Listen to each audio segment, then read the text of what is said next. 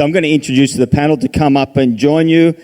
Breaking barriers and shaping history. Would you welcome up on stage from Nike? Hatty Wetzki is here. From Laureus Sport for Good, we have Rebecca Dance-Shuker, and we have from Octagon, long-term supporter and a wonderful person, Joanne Warnes. Ladies and gentlemen, give it up.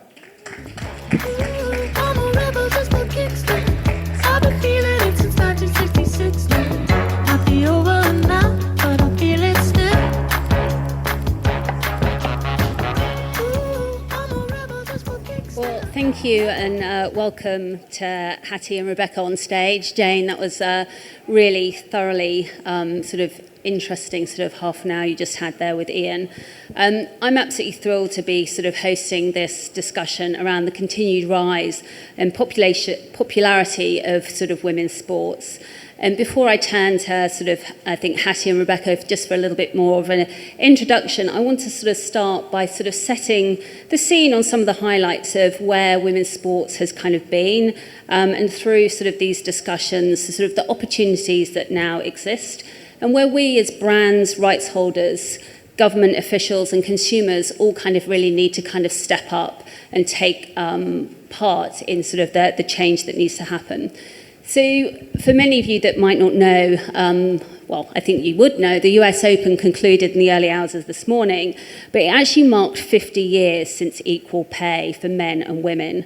And that was driven by player and activist Billie Jean King. It took a further 34 years before equal pay was made at the rest of the Grand Slams. And that difference in parity still exists across many of the other tournaments and still needs to kind of progress across the sort of the tour. Sports Illustrated announced this year their top 10 earning athletes, of which only one female athlete appeared, and that was Serena Williams. She's obviously now a mother to her second child. She is retired from tennis. So the question is, will a female appear in that top 10 next year? And I think there's probably sort of a brackets there kind of saying that's sort of questionable. The World Athletics Championships have had pay parity since the 80s. However, in terms of play parity, in terms of those women competing at the same number of events, didn't actually happen till 2007. And it's all of these changes that are kind of marking the difference in sort of male and female sports and how we need to continue sort of moving forwards. As Ian shared, you know, the FIFA Women's World Cup that just concluded kind of broke and smashed all records and really kind of broadcast globally with the Australia, UK, US and Spain really kind of topping out kind of their numbers, and there's so much more to come from that. So as we start and kind of looking at kind of where that momentum is turning, Hatty, I have a sort of a question for you with sort of your brand hat on. And sort of despite sort of the significant and continued growth of women's sport, the industry benchmarks show that the value of women's sports properties is still only 12% of value of that of the men's. What more can be done, particularly from a brand's perspective, to kind of bridge sort of that gap and sort of drive up the parity? Yeah, it's a really good question. Personally, it's quite sad to hear that it's only 12%. I mean, I knew it was low, but didn't think it was still that low, especially based on all the work that's been done the past few years. So it's incredibly sad to me to hear that it's still only at 12%. I think there's so many things, and I think I could talk about this for about an hour of all the things that need to be done. But I think the biggest thing is just commitment throughout the whole year or years to come, rather than just dialing up certain investments around key moments in the sport calendar. So I think, you know, with you see it over and over again that brands really dial up the dollars for very good reasons, because of course you can't spend those kind of dollars every day of the year. But you just see it more and more that only athlete stories are being told around the key moments that they're being on pitch or that they're playing. And those are the heroes that are needing to be built throughout the year, and that doesn't cost too much, you know, to tell athlete stories throughout the year, or just introduce them to their fans or to the next generation. That just needs to happen more on a continued, consistent basis, rather than dialing it all up at peaks and troughs throughout the year, in my opinion. And Rebecca, from a sort of a Laureus perspective, where you're very much kind of looking at sort of the grassroots and sort of the ground level up, how are you addressing kind of sort of parity in sports? Yeah, it's a great question. I think we need to think about what does the future look like, and the future is definitely our young people and our youth of today. And I'm representing them. I'm representing athletes, but I'm definitely representing those kind of underprivileged, underserved communities around the world. So Laureus get a lot of investment from corporates, and I'm not saying thank you to Nike because you're here, Hatty, but thank you to Nike for the Made to Play program because they invest a lot of money. Our athletes, we have a purpose network of over 300 athletes, and they all give up their time for free. A couple of the standout ones are Naomi Osaka, who through Nike and Yonex invest a lot of money into working with women and girls in communities in Haiti, LA, and specifically Japan. Japan, in terms of the gender gap, is possibly one of the worst in the world, 126, ranked 126 in the world out of 156 countries. We use the power of sport to reach women and girls, empower them, use the role models like Naomi and her platform to raise the profile. We are thinking about the future, and when I say we're getting into those kind of underserved communities, we're working in the slums in India, we're working in some of the townships in South Africa, where women and girls don't have a voice. They're in traditional roles in the home. COVID, I know the first panel talked about COVID actually accelerating participation in sport, and I think it did with the adult population. I think all of us would say we were a bit more active, but actually for young people it's worse. Many, especially for women and girls, have gone back in traditional roles in the home. In some communities they will never go back into education, so we're trying to use our supporters, and Nike are one of those, and many other corporates which I can talk about in a minute, to invest in those communities and give those young girls and women a voice and an opportunity for change. So yeah, that's kind of where we're coming at, is giving and providing opportunities for those that probably wouldn't have it. And Jane, building on from kind of your experience with the FIFA World Cup and obviously sort of the indigenous populations within sort of Australia and, New Zealand in a similar impact with previously hosting kind of the Rugby World Cup, with that $200 million that the government has kind of put on the table, how would you like to see some of that investment being kind of divested into kind of the, I guess, more harder to reach kind of communities and the impact that will make? Yeah, well, in the lead up to the FIFA Women's World Cup, the Secretary General of FIFA actually went to the top end of Australia and really engaged with a couple of Indigenous communities up there to understand from their perspective the power of sport to change lives, really. And so, look, to be honest, I'm not sure how the government is going to divide the 200. It's a big decision that they have to take. But definitely investing in regional communities that don't have access to all of the facilities that we all have living in the big cities, I think is really important. And, we wanted to make sure that we could take the energy and the spirit of the FIFA Women's World Cup to these communities, which we were able to do, thankfully. So I think it's critically important to ensure that we're empowering young girls in these communities through sport. Yeah, wonderful.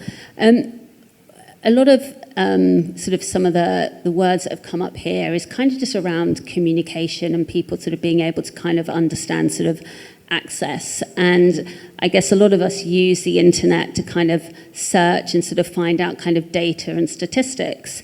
And some of you in this room may be very much aware of sort of the Correct the Internet.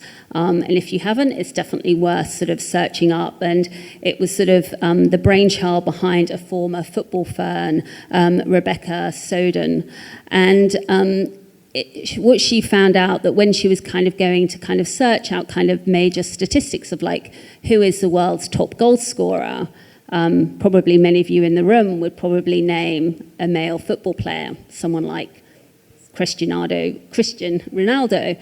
However, the actual top scoring international football player is Christine Sinclair of actually Canada. So they have sort of this ambition to kind of just correct communication. And I would love to kind of hear from you, Jane, around kind of actually kind of making sure that there is less of that male bias in the news that sort of comes out, and how the likes of sort of governing bodies like FIFA can really support in this sort of case, and, you know, driving sort of the female share of news and making sure it's correct. I mean, can we believe anything we read anymore? Very much not. It's quite scary, isn't it, that you put something in and what comes out is actually not the facts. I love this campaign. I love that they've raised awareness about it and, you know, talking about it, but we need action to support change as well. I think, you know, I understand that complaints can be put in and changes can be made, but we've got to keep telling these stories. We've got to keep telling the stories from the female lens and using the female voice, and also driving home the facts, driving home the truth, and ensuring that we don't stop. And it gets tiring, to be honest. It really does. But I think, you know, making change is important and it is tiring, but we've got to keep talking and keep aiming to do better. I think that, you know, hosting events like the FIFA Women's World Cup does change the news. It does change the conversation. And, that, you know, for over a month, we were on the front and the back pages of the paper. You know, everything all over the internet was the FIFA Women's World Cup. So I'm hoping those types of things can help get us closer to where we should be. Fantastic. And Hatty, from a brand's perspective, obviously you work both with kind of teams and individual sort of athletes. How do you kind of support them in their cause and kind of use communication to make sure that they have kind of that fairness and kind of breadth of coverage in the media that you give them, but just more broadly as well?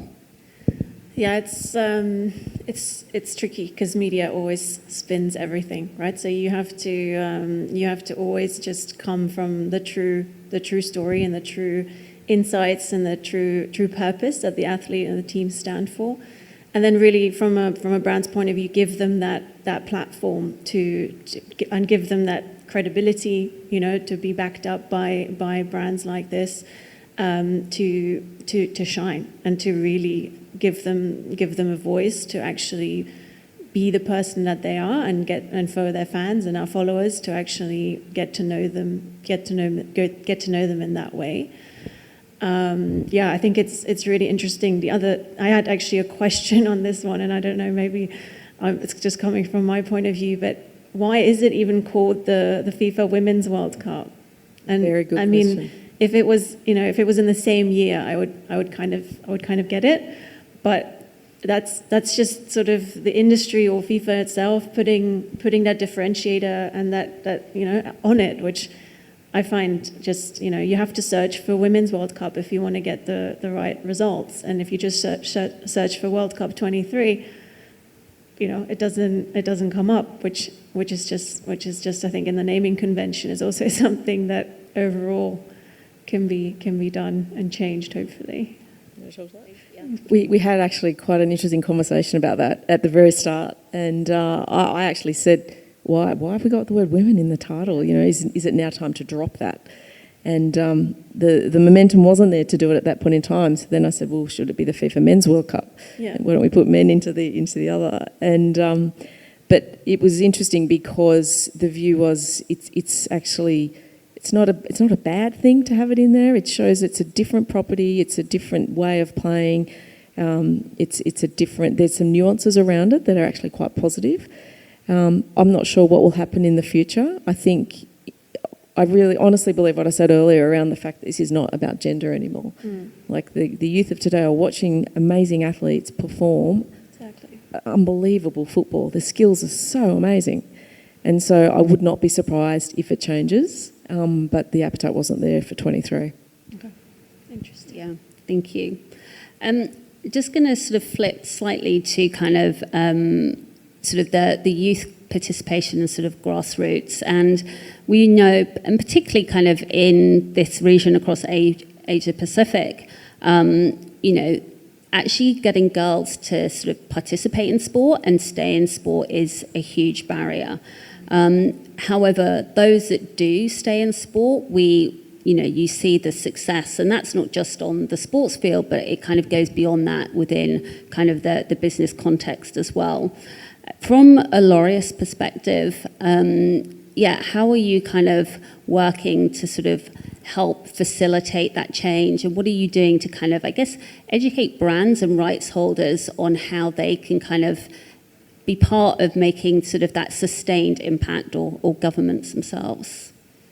Data, I think that's already come up this morning. It's probably not the last time we're going to hear it over the next few days, is measuring impact, is actually being able to tell not only stories of individual young women and girls and how sport has changed their life, but also the return on investment, the social impact that our investors give to us. So from a brand perspective, well, we receive institutional funding, about 50%, but 50% of our money comes from corporates. Probably those that are a bit more forward thinking in terms of the future of sport and social impact and social change. Just Nike Made to Play invest quite a lot of money in Laureus, and that's long-term investment. That's not just 1 year. I think if we want to make a change to youth participation and across the board, then it needs to not just be 1-2 years. We need to be seeing long-term strategic investment into organisations, not just Laureus, but all the other many not-for-profits, federations out there doing amazing work for sports participation. Foot Locker, we do a lot of work with Foot Locker in specific communities, and that's predominantly around black and ethnic minority communities, and they're really specific where they want that money to go. I can't miss out Richmond and IWC specifically, who are a stakeholder in Laureus. When we were founded in May 2000 by Nelson Mandela, it was Richmond and Daimler that stepped up to the plate and said, we're here for the long term, and we've been really fortunate, and I'm not just saying that because they pay my wages, but they really are an amazing partner to work with, and we're 100 plus staff around the world, and that is all with Richmond support and IWC support, and not many people know that, so I just want to shout out to them. I don't have an IWC watch yet, but it's on the list. That's a bit of a plug. Sorry, I've lost my train of thought, but it's like long-term investment, and also I think measuring that impact. We can always show Laureus, along with the UN and the World Health Organization, we work really, really closely together. They only work with us because we can show data, we can give them impact. We can tell them in all the communities we're working with, we're in 50 countries, 250, nearly 300 programs around the world. We can tell you exactly every single life that we have changed. And I'm not just saying that. We have such a thorough MEL framework, which is our monitoring, evaluating and learning framework. We're not precious about that. We'll share that. We will tell anyone. We're trying to strengthen the sector. So every single NGO and sports organisation around the world that gets money, we can help them be able to show their return on investment. And I think it's really important that we tell stories behind that as well, which we can do. And I could sit here and talk for hours about some of the amazing stories that we could share, and maybe that's for another panel I'm talking on Wednesday. But impact is important. Yeah.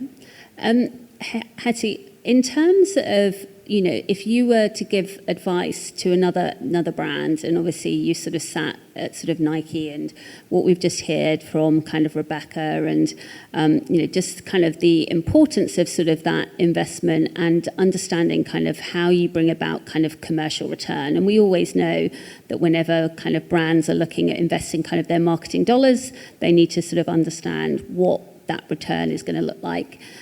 What advice would you give to kind of brands that would be considering investing in women's sport, and kind of the road that they should be looking to kind of take? Yeah, I think not just to talk the talk, but also to walk the talk, I think is the biggest one. I think every brand that I've spoken to, or colleagues that I have in other brands, it's such a big focus now, but I haven't quite seen that really translate, like to what I was saying earlier, that the commitment is really there. Nike has recently changed the whole organizational setup to be men's, women's and kids, versus before we were very much focused in just categories. And so if you would have a football category, then of course 90% of the investment was all gone to men's football. Whereas now you have a dedicated women's team, which means that tournaments, but also year-long commitments kind of fall under that team and their responsibility. So you really have the resource to kind of back that up. So I think it really, rather than making amazing keynote presentations and really just presenting incredible plans, is really just how, like, translate them and really do good and do what, do the right thing. The other thing I think, for going back to what Rebecca was saying around the grassroots piece, is investing in coaches, I think, is really, really important. I think everyone in this room probably remembers their first coach, whether bad or good. And I think for girls specifically, it's a huge important factor as to why they may stay in sport or drop out of sport. And I think if you have kind of those coaches and that voice of mentorship or coaching outside of your home, I think is really, really important. As I know, for one, is why I've played tennis all my life, and I still remember Mike. And I think that's where another huge area that brands can really invest in kind of building similar programs to what we have for Made to Play, but also just really investing in coaching programs. Yeah. Jane, you briefly sort of touched on, kind of the positive impact of kind of the female sort of role model. And there are some amazing statistics out there with regards to kind of, from both the brand perspective, that, female sports fans that are following kind of female athletes are 25% more likely to purchase kind of your product because of sort of that relatability. But also sportswomen have just a higher propensity of just sort of being sports fans. 85% women are more fans of women's sports than they are of men, and so men only have that at 63%.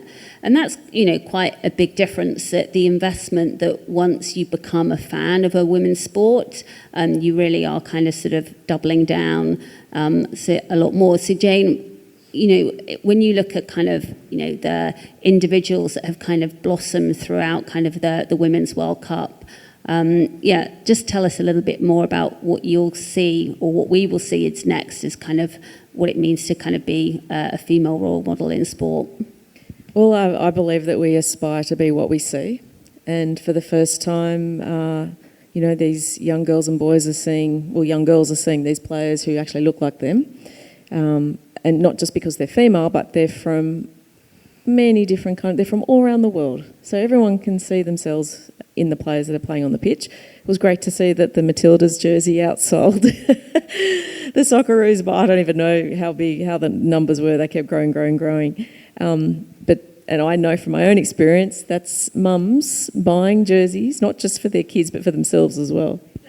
And so that was the impact. And it's only going to keep growing. I just feel like we're only at the beginning, right? I just can see that the investment is going to be greater. All partners are going to actually see what a great investment this is.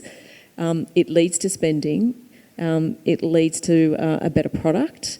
And then the ecosystem just grows. And how wonderful to see, the young players like Mary Fowler, who is now a household name. Lauren James, now that people actually are following these leagues right across the world. I know people now have signed up to subscription TV purely so they can watch these leagues around the world, whereas at home in the past they would watch the Liberty A League, but that would be it. And so this is the power and the momentum behind sport, and it's not just about football, but it's about all sport. Yeah, absolutely. And Rebecca, role models for, ground level up. Just talk to us a little bit about, some of the athletes that you work with and the impact that they're making. So Nelson Mandela founded Laureus as an athlete-led movement originally. We would have had athletes here today. They're much more exciting talking than me, but I'm representing them. And me too. Yeah. So we use our kind of purpose network to celebrate and empower every community through sport. So the athletes give up their time for free. and we use their platform, their voice, in an apolitical way. I think it's important that we say that. Sport can get political, and when athletes are involved, sometimes it doesn't always, the story doesn't always go the way you want it to go. But Laureus are pretty good at managing that. So Nicole David, some of you may know from a local perspective, 9 times world squash champion from Malaysia. She was due to be here today, but unfortunately got called away on a family emergency. But she's set up her own foundation, and we're helping her kind of use our platform and combined with her profile in this region to empower women and girls specifically, but the youth in Malaysia and surrounding countries. From a tennis perspective, I've mentioned Naomi Osaka, who is outstanding. She doesn't actually really talk about it much in the press. It's not a PR exercise for her. It is really about her passion.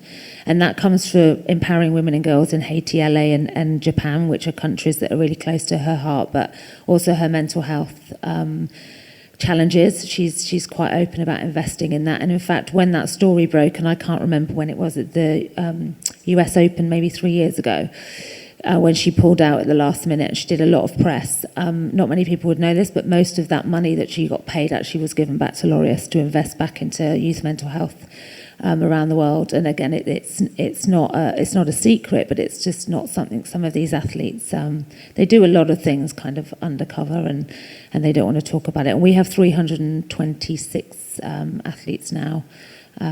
We still need to push that women and girls and gender equity element of our athlete-led movement, absolutely. But I think where we were 23 years ago to where we are today, the dial's moving, and I think that's kind of across the board. I think we can sit here and say, if we were having this conversation 10 years ago, I think Jasper mentioned earlier, the first All That Matters had 1 female speaker, it's now 70, so that's probably representative of women's sport across the board, and let's hope it continues to go up. Okay, I know we're coming close to sort of the end of this session, so I've got 2 sort of quick fire questions. The first one, I don't know if Alan is still in the room from Sports Singapore, but I'm going to ask each of the ladies to recommend what next sporting event the Sports Hub should host here in Singapore. Start with Jane. Very good question. I'd love to see, so bidding has started for 2027 for the Women's World Cup. So they can't get into that one. But why not the next? Why not partner with, you would need more than just one country to do it. But I think what a great opportunity now to look ahead to partner with another country to deliver the FIFA Women's World Cup. Love that. Rebecca? It's a tough question. I'm raising boys, one who's really traditional sport, so I would probably go rugby, football, tennis, but I'm also raising another son who is not traditional at all and is into skateboarding and snowboarding and doing that. So I would probably break the mould here and say some of the urban sports are really kind of gender neutral, I think. So I'd probably champion like the skateboarding World Cup or something, if that's even a World Cup, but something like skateboarding or something like that. Yeah. Okay. And Hattie? It's a tough one. I only landed here 3 months ago, so I'm still very, very new to this place. Given the High Rocks that's coming here in a couple of weeks, I was thinking maybe, and because of my personal passion point being CrossFit, I was thinking maybe the CrossFit Games could be a good one. Personally, just a little bit selfishly. Yeah, very nice. Will we see you competing, Hattie? Not in the CrossFit Games, but definitely at High Rocks. Yeah. Excellent. And so just really the last piece on sort of closing, like we've heard some amazing kind of statistics and sort of thoughts on, where, and what is happening in kind of the female sports space.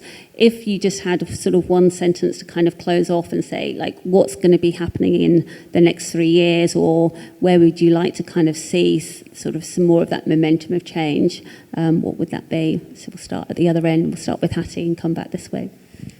Putting me on the spot here. I think I would love brands to make some really bold statements.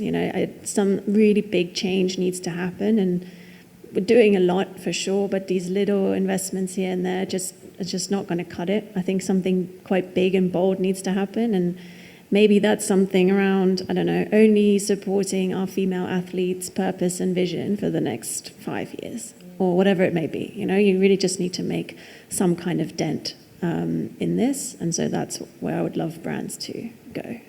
Brilliant. Thanks, Hattie. I'd probably say the same. Risk. I think we need to take more risks, and risks do often pay off. And also collaborative working. I'm really we can't do this alone. Nothing happens just by working in solo. So joined up thinking, collaborative working, and is the way forward. I think is all coming together and making a difference. Yeah, tremendous. Jane? I'll say a significant increase in the number of female CEOs and chairs, because it's got to come from the top. So I think the more that we can develop female leaders in sport, it'll change the narrative, it'll change the storytelling, it'll change decision making. Wow, wonderful. Very impressive. Risk-taking, collaboration, more CEOs at the board table to kind of force these sort of decisions and progress forward. So, yeah, 3 amazing female leaders here who hopefully will be in those CEO roles to keep forging forward that change. Thank you very much. Thank you.